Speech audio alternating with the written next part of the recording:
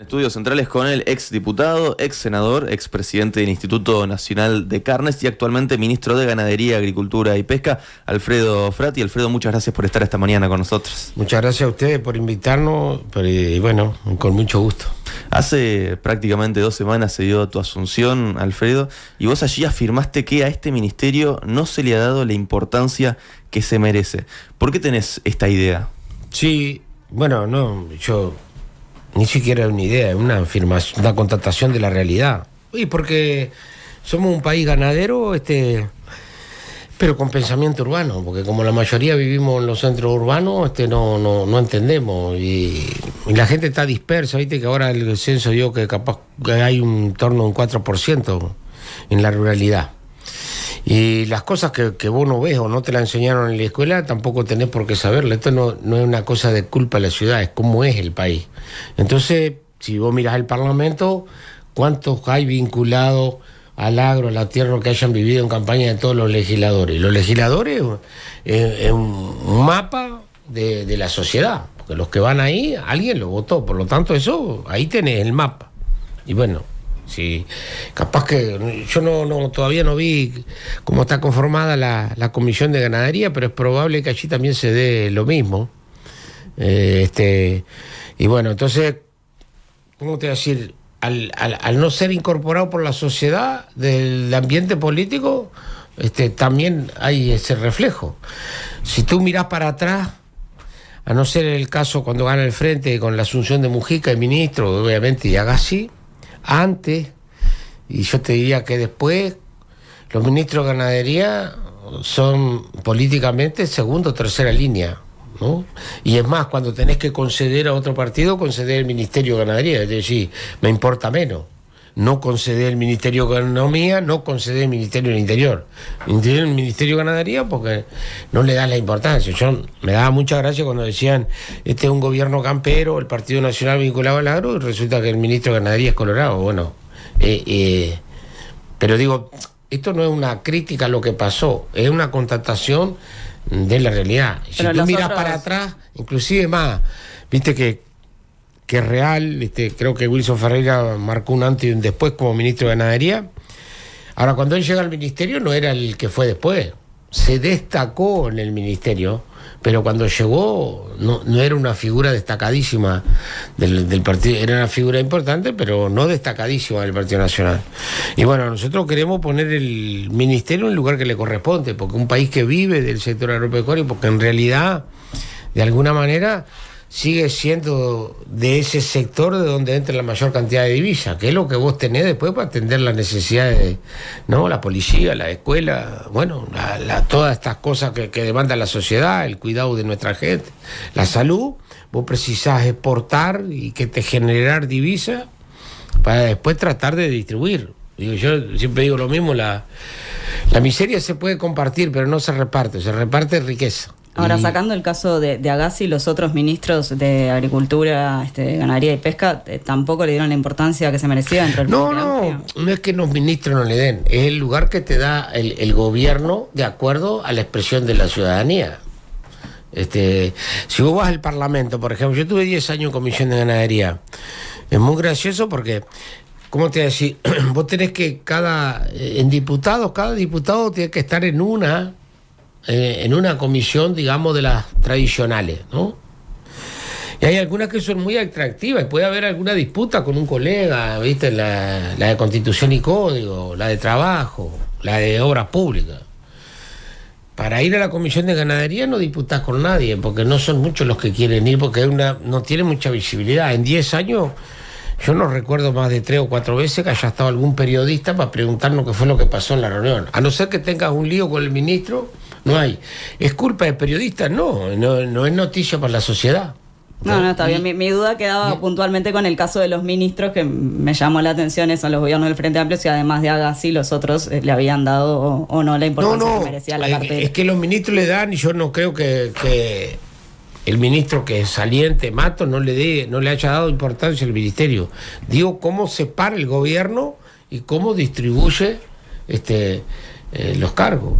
Y bueno, yo creo que en este caso toda esa esa cosa que se ha ido creando, que el Frente Amplio no le da importancia, creo que en este caso se revierte bastante, ¿no? Porque va de ministro un senador, más allá que esto no, ¿cómo te decís que soy yo? Pero bueno, pero también es una constatación de la realidad.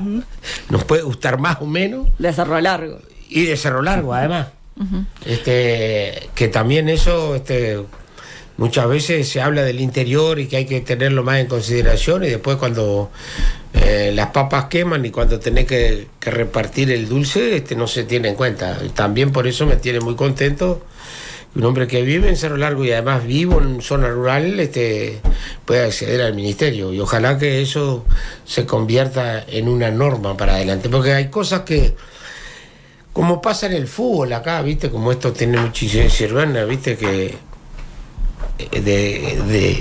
lo de Feni, ¿no? Dice, el Feni no baja si no lo vivís, si no lo sentís, no lo entendés. Bueno, y esto es igual. La metáfora futbolera no puede faltar. La metáfora futbolera no falta.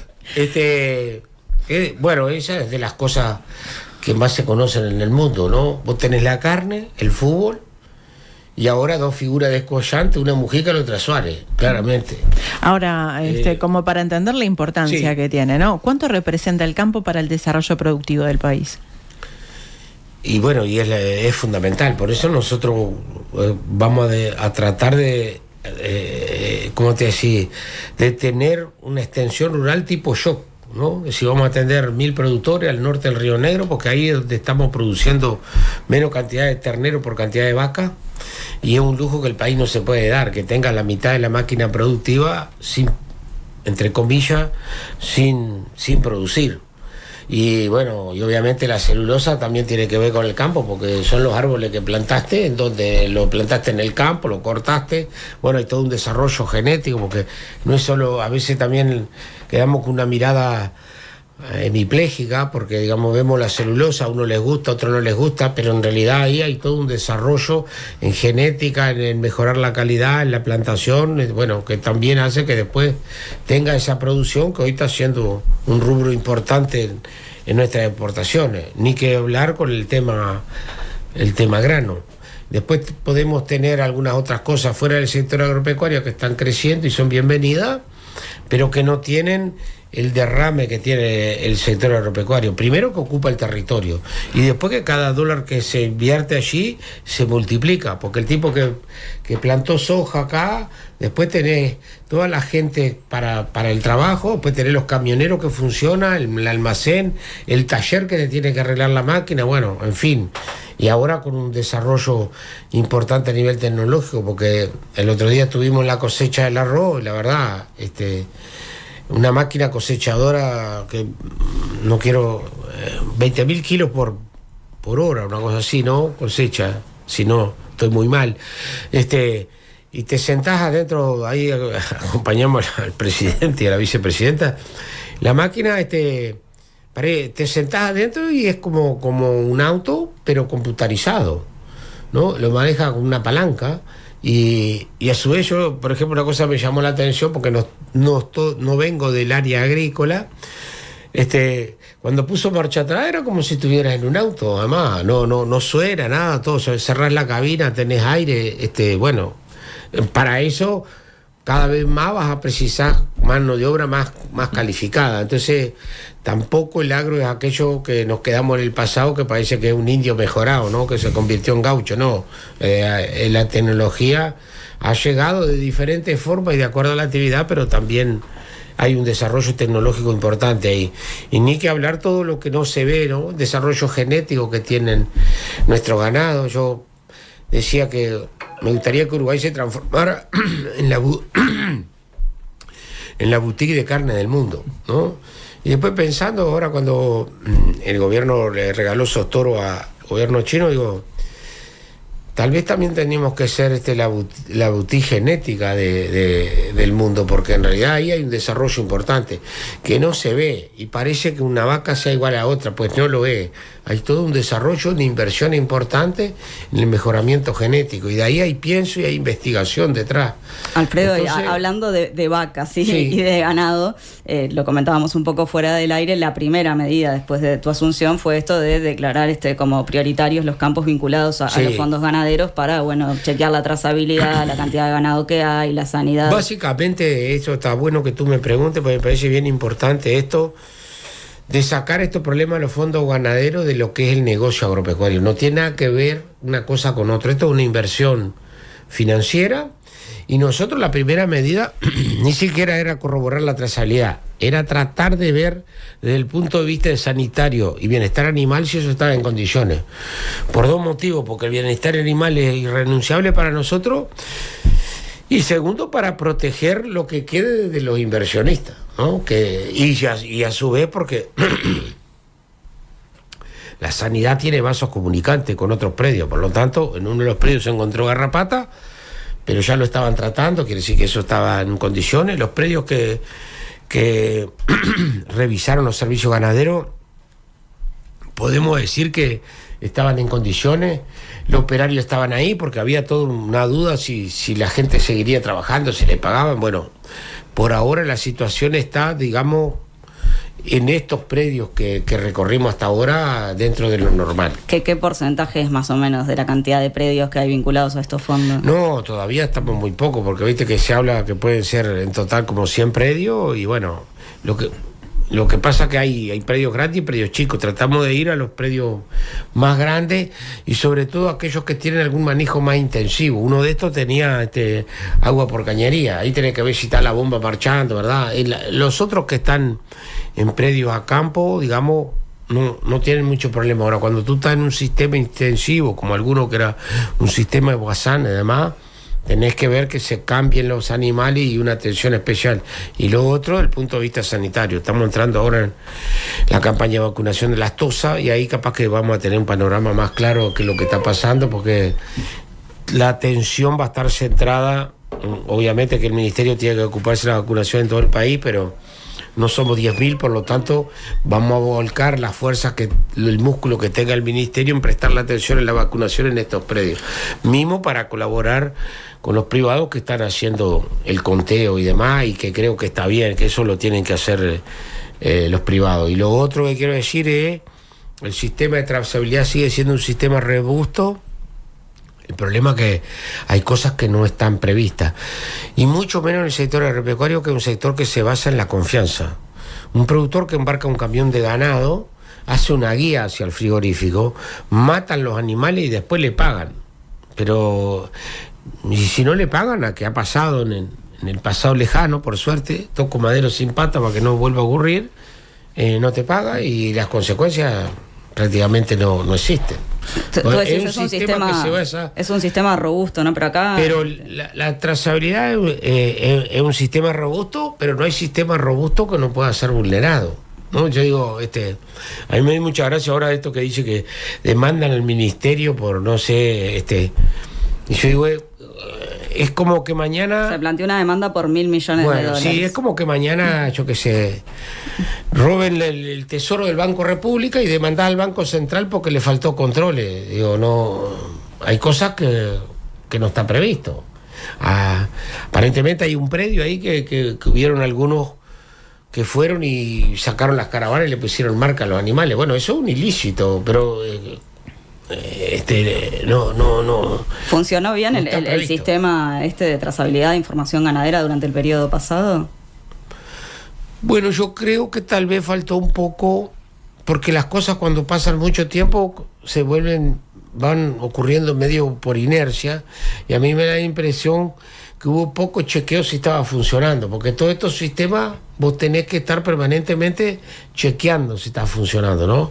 Mucho más ahora, así como una aplicación y demás, que viene otro y te hackea. Bueno, en estas cosas también hay gente que puede, hace muchos meses, ¿no? Pero pasó que un hombre había comprado las caravanas y las tenía en un galpón, no las había colocado. Bueno, esas cuestiones tenés que chequear y corregir esa falla.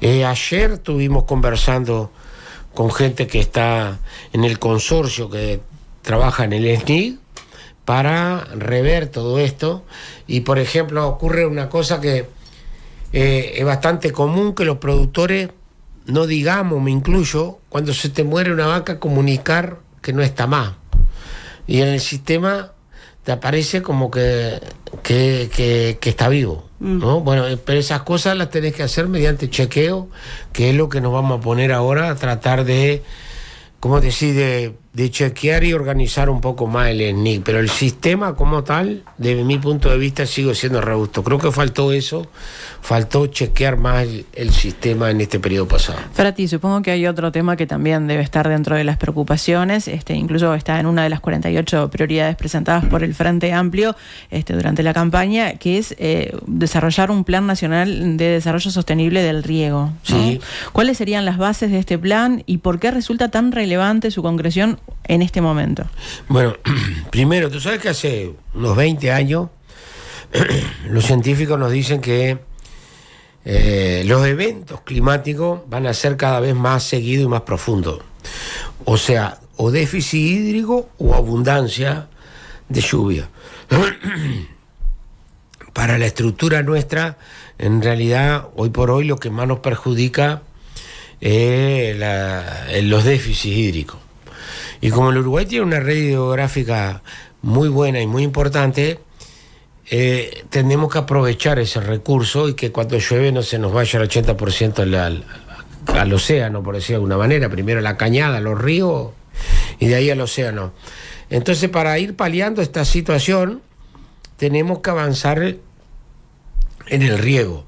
Primero, que podamos retener más agua de la que retenemos hoy, y segundo, llevar a la parcela agua para la producción y el consumo, porque mucha gente puede no saber, pero todavía tenemos productores rurales que tienen que acarrear agua de una cachimba o tienen una caja de agua que junta agua de los techos, y obviamente cuando no llueve tenés falta de agua, pero a su vez tenemos que proveer que cada establecimiento pueda tener agua para el consumo de buena calidad, y a su vez cuando te enfrentás a déficit hídrico poder abrevar alguna cantidad de animales, y yo no te digo solucionar, pero sí paliar la situación, o regar un par de hectáreas que tiene, digamos, bajo costo y te puede ayudar en momentos de déficit hídrico. ¿Y cómo se puede implementar esto? ¿Cuánto presupuesto llevaría? Bueno, yo creo que ahí está el Ministerio de Ganadería, Ministerio de Ambiente y Ministerio de Industria, por lo menos, y ni que hablar el Ministerio de Economía, pero creo que estos tres ministerios que nombré primero tenemos que imaginarnos cómo podemos llevar adelante. Cada uno está trabajando, no estamos empezando a intercambiar ideas sobre este tema. Desde nuestro punto de vista, precisa el interés y la participación de los privados. Cuando hablamos de riego, como te decía, de mayor escala, no la parcela que creo que tiene que ir en paralelo. Bueno, yo creo que hay posibilidad, porque por ejemplo los que riegan maíz te dice que están obteniendo hasta 3 veces lo que obtenés de producción sin riego. Por lo tanto, ahí hay una ganancia bastante importante con respecto, a cómo estamos. Entonces yo creo que el interés de los privados está. Yo recuerdo en 33, cada vez que recorrimos con el Frente, y alguna vez que tuvimos también con Yamandú Orsi, conversando con los arroceros, nos hablaban de la represa esta de Palo a Pique, que hace muchos años se habla. Bueno, ahí claramente hay interés de los privados, y a su vez también traería beneficio para la urbanidad, porque nos dicen que con una represa en Palo a Pique se puede manejar mejor las inundaciones del río Limar. Por lo tanto, podríamos, yo no digo terminar, porque esto nunca es 100, pero minimizar bastante las inundaciones en la ciudad de 33. Alfredo, vos has hablado de la importancia de pensar, por ejemplo, políticas para las producciones familiares también. Y en ese sentido, por ejemplo, mencionaste que el 14 y el 17% del valor total de la producción en los rubros fruticultura, horticultura, apicultura, ganadería de carne vacuna y lechería es justamente de producción familiar. Sí. ¿Qué tipo de medidas se pueden aplicar aquí? Bueno, ahí en la producción familiar es una cosa que sí que le compete al Ministerio. Estamos delineando la política con la gente de desarrollo rural, porque es un núcleo importante en número y bien concreto, y que por ahí no le calza esto de una represa multipredial ni cosas demasiado grandes, ¿verdad? Entonces tiene que ser una cuestión mucho más delicada, de menor monto, pero con una atención muy especial, así como la granja, que por ahí no tiene la posibilidad de exportar, pero es la que nos da la seguridad alimentaria. Por lo tanto, son cosas en el que tenemos que realizar inversiones. Bueno, eso es lo que estamos, porque queremos que se refleje en el presupuesto lo que tiene que ser desarrollo rural. Claramente, en este periodo pasado, con respecto al periodo anterior, en desarrollo rural se bajó el 75% del presupuesto del Ministerio de Ganadería. Yo creo que tenemos que retomar esa senda nuevamente. Si pensamos en la producción agroecológica, tanto en la producción familiar como en los grandes predios, ¿se va a promover? ¿Se va a incrementar?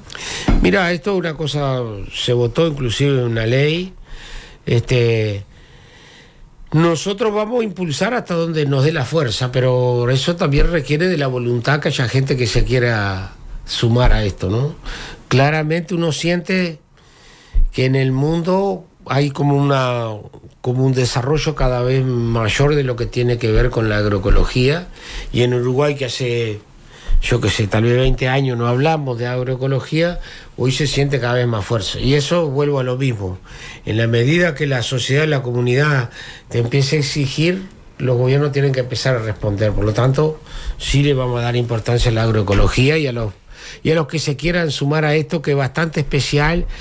Hoy es un número pequeño y que no tiene una significación a nivel país desde el punto de vista económico, pero sí tiene mucha significación de la persona que lo hace y también de la imagen país, porque yo creo que los mercados también te van a estar exigiendo que vos tengas mayor cuidado con el bienestar, con la inocuidad de los productos, y ni que hablar, la agroecología va en ese sentido. Y en cuanto a los controles desde el MEGAP, por ejemplo, con los agrotóxicos, que eso no es algo opcional del Ministerio, sino la obligación de controlar. Tenemos la obligación de controlar, pero, como te decía, muchas veces decimos, lo que está prohibido en Europa vamos a prohibirlo aquí. Bueno, Europa tiene un desarrollo distinto, y nosotros tenemos que controlar y reducir, como te decía, todo lo que podamos los agrotóxicos, pero que no lleguen a restar la producción, porque si no, no tenemos... Pero el impacto sobre la salud humana es el mismo en Europa y acá.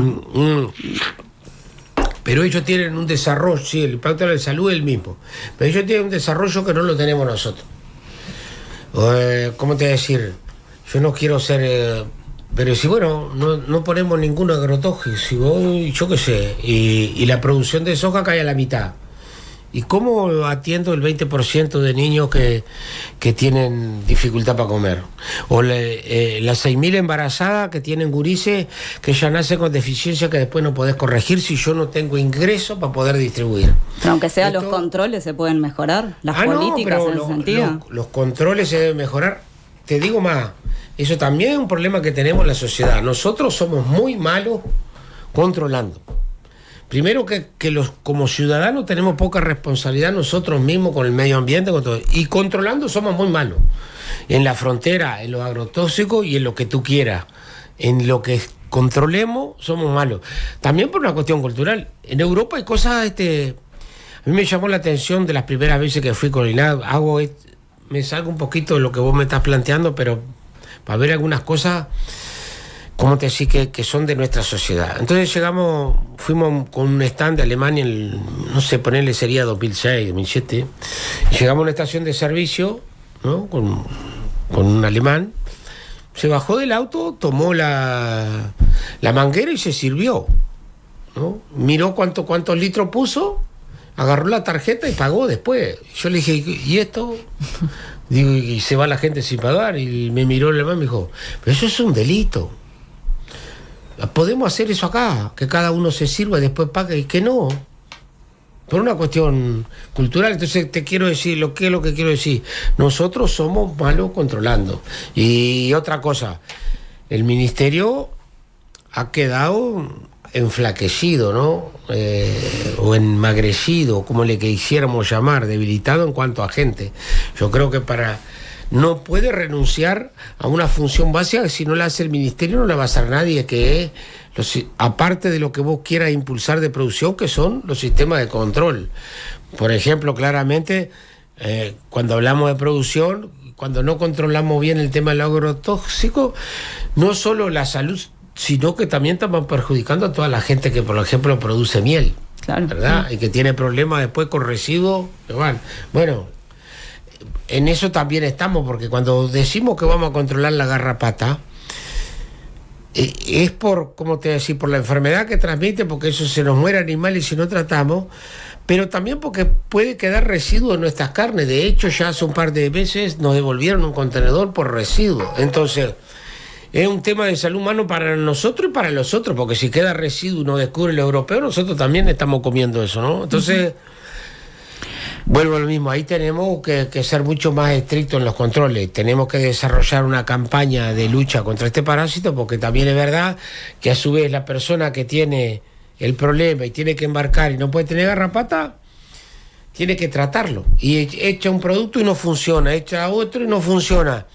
Y a su vez los productos estos tienen tiempo de carencia, algunos 80, 90. Si te haces un tratamiento, por ahí te vas de repente a 140 días. Entonces, y a veces, como decía, el tamaño del productor puede aguantar 180 días cuando tiene pronta la mercadería. Es muy difícil, la necesidad tiene cara de hereje. Entonces, no respetamos los tiempos y eso nos perjudica tanto las exportaciones como también en la inocuidad del producto. Nosotros tenemos un producto de excelencia, pero que debemos de cuidarlo. Para hacer boutique tenés que ser ejemplar y tenemos que ser mucho más exigente con nosotros mismos que cualquiera de nuestros vecinos. ¿Por qué?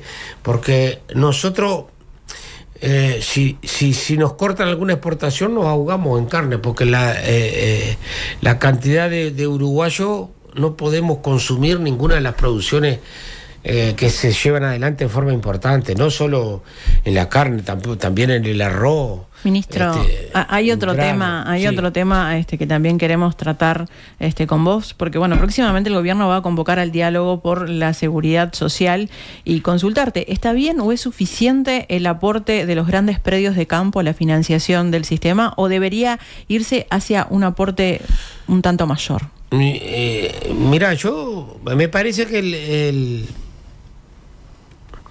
yo no creo que el agro tenga que tener más contribución impositiva. Cada cosa que vos tocás desacomoda a otra. Y a mí me parece que nos quedó, ¿cómo te voy a decir?, mentalmente, tiempos pasados, cuando hablábamos del latifundio. Ahora vos podés tener de repente grandes extensiones de campo, pero que tienen alta productividad. El tema era cuando vos tenías grandes producciones de campo y que tenían una bajísima productividad y por ahí no tenían no tenían aporte. Yo creo que hoy hay un aporte importante. Ahora, y yo me pregunto por qué, y ahí viene en cómo como sociedad miramos. ¿Por qué pensamos siempre en las grandes extensiones del campo y no pensamos en los que tienen 4, 5, 10 o 20 edificios de 10 pisos cada uno? En eso nadie se acuerda, no tendrán que contribuir más. Bueno, si vamos todos, vamos todos. Ahora, pero no podemos tener una mirada que cada vez que pensamos más contribución, pensamos solo en el agro. Ahora, pensando en el aporte patronal, por ejemplo, ¿no? Desde lo rural se aporta aproximadamente un 2%. En otros sectores es del 7,5% el aporte patronal. Y sí. Y porque son sectores que rinden diferente. El agro, esto de conexión ganadera, por eso estaba por fuera, porque esto del 10% no existe. Bueno, pero esos grandes predios, los que tienen gran producción, está bien que aporten un 2,5% de aporte patronal. Y producen el 3%. ¿Me entendés? No, una mega empresa que es para nosotros, por ejemplo, un frigorífico, el 5%. Y ahí está, por ejemplo, cualquier frigorífico de los grandes tiene mayores ganancias que un predio de esos grandes que vos decís en lo que va del año. Pero eso nadie se acuerda. Y no digo que haya que poner los frigoríficos, lo que sí digo que tenemos una mirada parcial y siempre le damos contra el agro, naturalmente por cómo vivimos y por qué hemos crecido. Y porque no sabemos qué es lo que pasa ahí. Que como te decir, esas grandes empresas tienen alta producción, pero también tienen un gran desarrollo en cuanto a lo que aportan al país en divisa y también en mano de obra, además, ¿no? Y cerramos con una llamada. Alfredo Frati, ministro de Ganadería, muchas gracias por estos minutos a Nada que Perder. Muchas gracias a ustedes. Me parece que está muy bueno que ustedes no desafíen en esto, sobre todo para, bueno, por lo menos dar nuestra visión, que tampoco es la verdad revelada, ¿no? Seguramente en esto hay otras visiones, y bueno, esta, por ejemplo, viste lo que nos dice que hacemos con los grandes predios. En realidad, a algunos se le ha dado beneficio, por ejemplo, la forestación, la planta de UPM, y se le dieron beneficios que, bueno, le dan los nacionales. ¿Por qué? Porque te interesaba que viniera la inversión. Y bueno, y el capital no es... El capital, como dice Pepe, es cobarde, va allí donde tiene rendimiento, y si no, se retira. Entonces hay que tener cuidado cuando movemos del punto de vista impositivo, que por mejorar una cosa no empeoremos otra. Pero bueno, esta es una discusión que se va a dar toda la vida. Muchas gracias. Gracias a ustedes.